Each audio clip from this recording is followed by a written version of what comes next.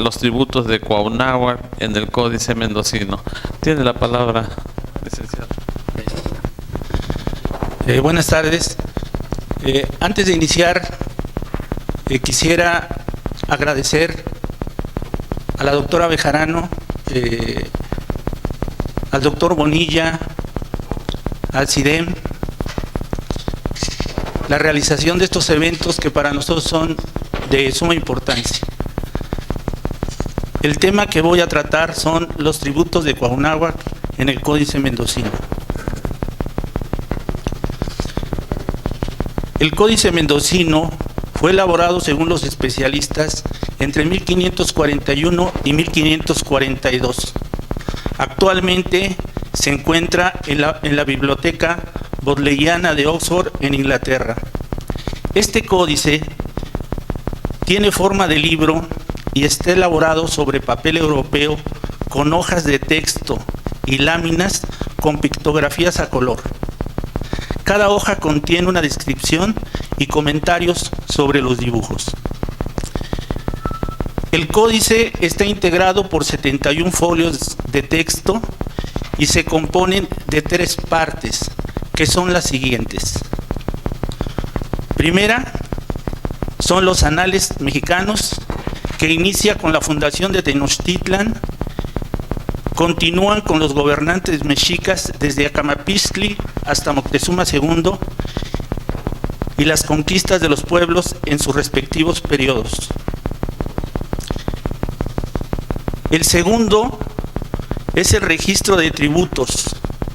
Aquí se presentan los topónimos de los pueblos sometidos al poderío mexica, los tributos y las frecuencias con que se deberían pagar.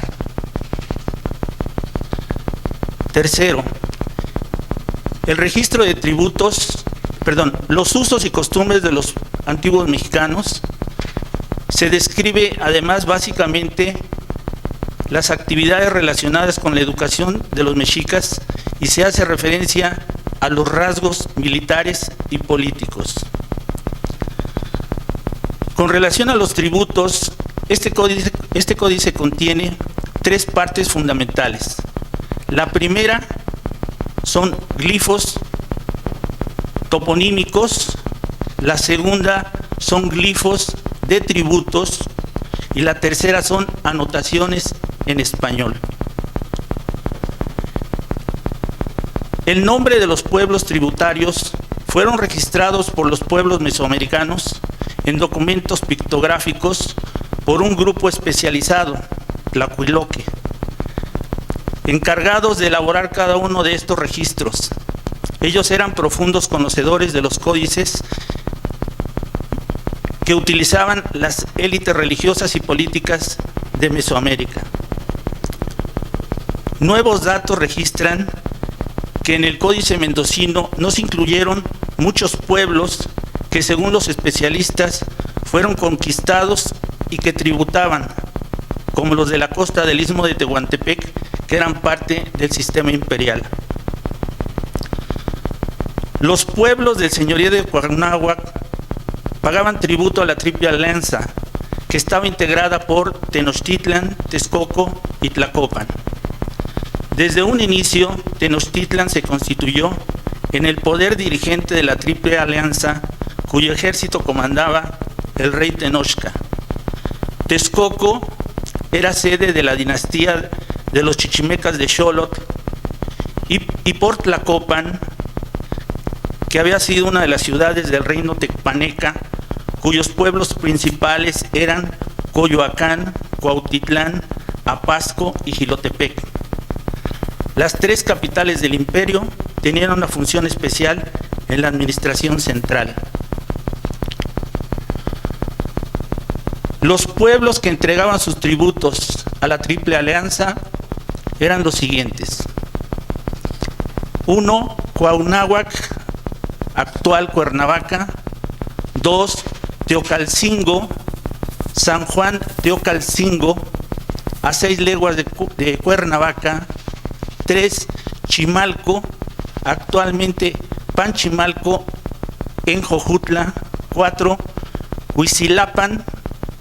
lo que ahora es Huitzilac. 5, Acatlipac, lo que es Acatlipa en Temisco. 6, Xochitepec. 7, Miacatlán, que todos lo conocemos. 8, Molotlán, que Gerard lo identifica con Metla, cerca de Tepelpa, Zacatepec. Y Carrasco, por su parte, señala que había un Molotla cerca de San Pedro Tecpan, en Cuauhnáhuac. Tecpan es, según la división que hace Brígida von Menz, es muy cerca de donde estamos actualmente. Sí. Estaríamos a 2 o 3 calles más o menos de la división, según la división de Brígida von Menz, de lo que sería Metla.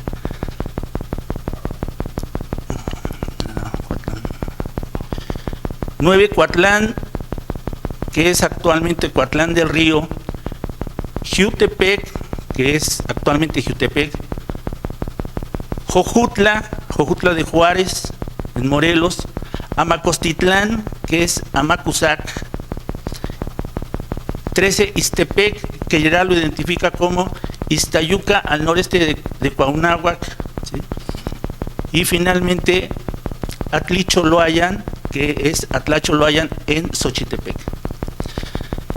En cuanto al tratamiento de los pueblos conquistados, los de la Triple Alianza dejaban los señoríos naturales con los tlaloques originales y a todo el común en sus tierras, así como en usos, costumbres y maneras de gobierno, y tomaban para ellos tierra para que las labraran, señalando lo que tenían que pagar por tributo en reconocimiento al vasallaje. Con estos productos acudían los súbditos a los mayordomos o capilsques que el señor había puesto para la cobranza, y ellos acudían a las personas que le mandaban los señores de México, Texcoco o Tlacopan. La mayoría de los productos se concentraban en Tenochtitlan y la repartición era de la siguiente manera: el 40% del tributo era para Tenochtitlan, el 40% para Texcoco y el 20% restante para Tlacopan. O sea, generalmente hemos tenido la idea de que todo el tributo era para Tenochtitlan, pero se sabe que se concentraba en Tenochtitlan, pero que realmente la repartición era 40 para Tenochtitlan, 40 para Texcoco y 20% para Tlacopan, ¿sí? Y hay varios comentarios, hay varios trabajos con relación a esto, pero fundamentalmente todos llegan a este punto nuevamente. Los productos tributados. En el Códice Mendocino se registra para Cuauhnáhuac productos en especie, nunca en servicios, y los tributos son todos de productos duraderos, nada perecedero. Los productos locales eran precisamente los que se tributaban, por ejemplo, las jícaras y tecomates de Cuauhnáhuac, el papel de Huastepec y Cuauhnáhuac, la grana de Atlatlauca, junto con las mantas de algodón, pluma verde y chalchihuites que iban a conseguir a otros pueblos, que como trueque utilizaban unas mantillas de algodón del tamaño de un pliego de papel, que utilizaban entre ellos como moneda. Las mantillas usadas como dinero están descritas en el diccionario de Molina con el nombre de tlapatiotl, de la siguiente manera: tlapatiotl, pieza de lo que se compra, lo que se da por lo que se compra.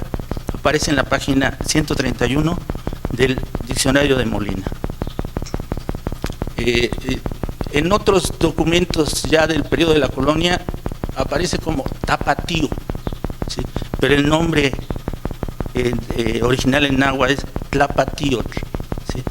En los registros, en los folios registrados con el número 23R y 23B del Códice Mendocino, aparecen descritos los pueblos, los tributos, la cantidad y el periodo de tiempo de entrega a la Triple Alianza de todos los pueblos del actual estado de Morelos.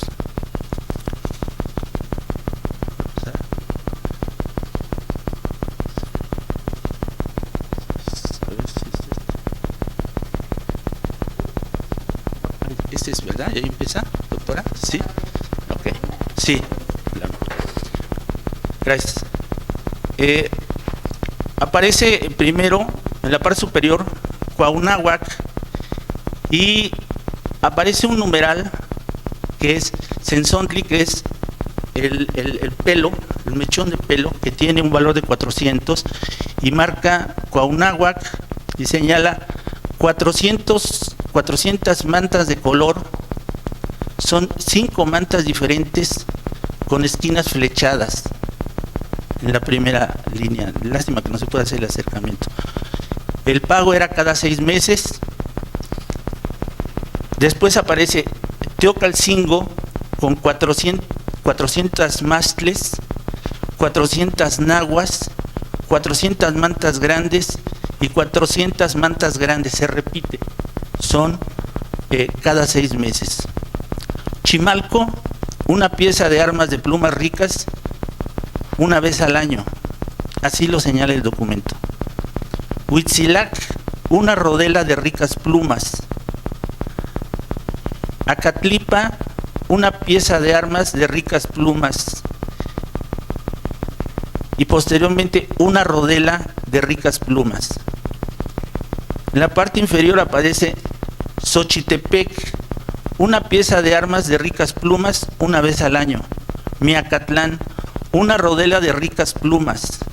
Molotla, una pieza de armas de ricas plumas. Coatlán, una rodela de ricas plumas. O sea, voy con las imágenes. Hasta ahí nos da este pasaje del texto. Después, lo que sería Xiutepec, Jojutla, Amacostitlán, Ixtla, Ocopayuca, Ixtepec y Atlacholoayan, lo refiere el documento: una pieza de armas de ricas plumas, una rodela de ricas plumas, una pieza de armas de ricas plumas, y dice el documento, de esta divisa,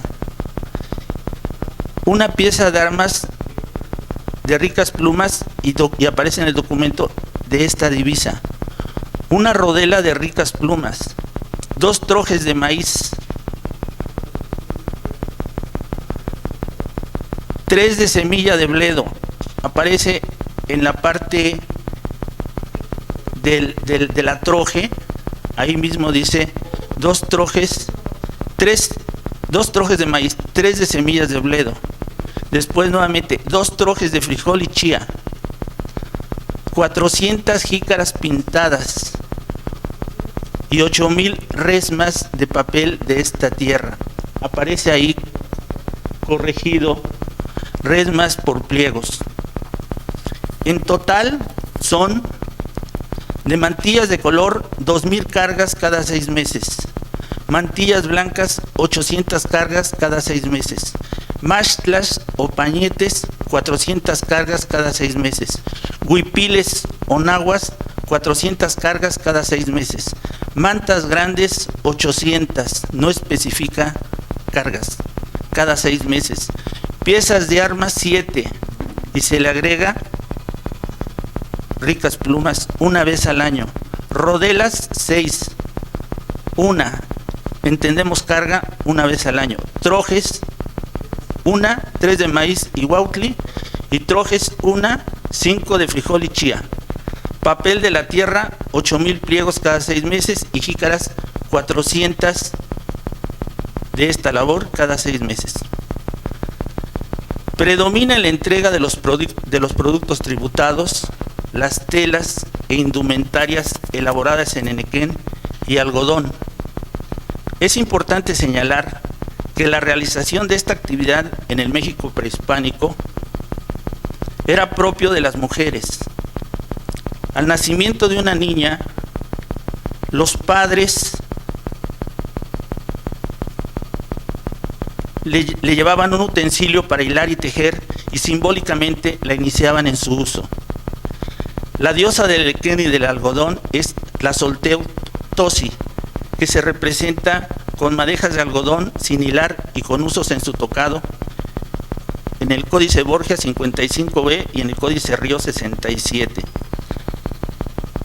Las mujeres jóvenes estaban orgullosas de saber tejer y bordar toda clase de telas.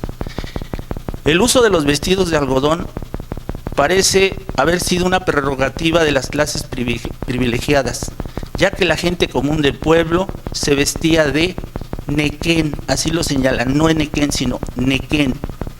Los hombres generalmente se vestían mastlat o braguero y una manta, tilmati.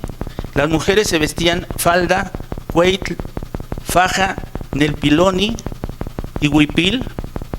A las diosas y las mujeres de rango se les representa frecuentemente usando el quesquemel. Así como existían diferentes tipos y especies de algodón en Morelos, de la misma forma habían diferentes variedades de magueyes y agaves, y sus fibras fueron usadas en la elaboración de las diferentes telas tributadas. Se emplearon en la elaboración de la indumentaria registrada en el códice pieles y pelo de varias especies de animales, y algunas prendas requerían para su elaboración pieles completas. Las plumas de distintas especies de ave tuvieron un papel importante en la producción de telas. Algunos tejidos y ornamentos se elaboraban en su totalidad o en parte de este delicado material, lo que implicaba la captura y reproducción en cautiverio de las más apreciadas aves por su riqueza y colorido. Las tintas para colorar las telas eran extraídas de elementos vegetales, animales o minerales. Algunos de estos de la misma región, y cuando no era un producto local, se conseguía en los principales tianguis. Recordemos que queda relativamente cerca uno de los más famosos, que era Tianquistengo, que está aquí cerca de la laguna de Zempoala. En cuanto a la chía y el huautli, se reconoce que estas semillas eran muy importantes en el México antiguo, tanto para la dieta alimenticia como para los rituales, y su importancia fue equivalente a la del frijol y del maíz. Con relación a la medida de la carga, es decir, a cuánto equivalía una carga, se señala que el tameme o cargador llevaba en sus espaldas una especie de escalera de madera. Llevaba en sus espaldas una especie de escalera de madera llamada cacastli. Ahí se acomodaba el producto y lo que un hombre podía cargar se utilizaba como medida, es decir, una carga. El braguero o mastlat, y hago una cita de la doctora Bejarano en su trabajo que tiene sobre la toponimia del Códice Mendocino. El braguero mastlat fue la prenda masculina básica. Consistía en una tela que cubría los genitales, se pasaba entre las piernas y se ataba a la cintura. Algunas veces los extremos del lienzo pasaban entre las piernas, se ataban al frente con un gran nudo y las puntas caían por la parte de frente del hombre. Esa es la página 273 de las toponimias del Códice Mendocino de la doctora Bejarano.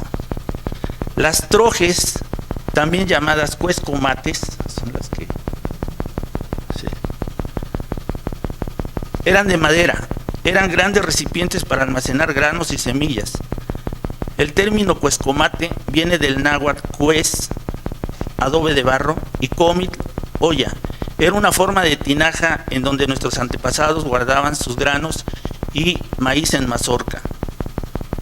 El pago de tributos implicaba una permanente actividad laboral de todos los habitantes de los pueblos de Cuauhnáhuac, independientemente del género o su condición social, desde los que laboraban en el campo cultivando intensamente y con cuidado los productos que se tenían que utilizar para la elaboración de cada uno de estos, pasando por cazadores para las pieles de animales, colocadores de trampas y redes, artesanos de diferentes especialidades, los que preparaban el papel amate, los que seleccionaban y elaboraban las fibras de algodón y enequén, los encargados de preparar las tintes que se aplicaban en las diferentes telas, los cortadores de árbol para abastecer de madera que se utilizaba en las troques, cacastlis y la leña requerida para su uso ordinario, los tamemes, que era una verdadera especialidad laboral, que estoy seguro que muchos vimos en el tránsito de nuestras vidas, y desde luego un fuerte grupo de gente encargada de supervisar que todos los materiales estuvieran a tiempo y en el lugar que se requerían para pagar el tributo a la Triple Alianza. Pero sin duda, el rol más importante fue el de las mujeres, que conocían, seleccionaban, que con detalle preparaban las fibras y cuidadosamente elaboraban las telas, las teñían, las diseñaban, las medían. Mujeres de todas edades y clases sociales, desde las parejas y compañeros de los señores principales hasta las humildes mujeres de la comunidad, que con su conocimiento de bordado y tejido adquirido en su casa, se habían incorporado a esta importante actividad laboral que tenía que cumplir su comunidad. Finalmente, quiero mencionar brevemente un dato que nos pareció interesante en el seminario de códices que tomamos aquí en el CIDEM con la doctora Lourdes Bejarano, y es el referente a una corta anotación que aparece en la matrícula de tributos sobre el precio de los esclavos con relación a un producto tributado. En la matrícula de tributos se señala una pieza de armas de ricas plumas en traje de tzitzímitl por 2 esclavos, por 2 tlacotin. ¿Sí? El mendocino no lo refiere, pero sí sabemos cuáles eran las características de esta pieza de armas de ricas plumas. Es esto.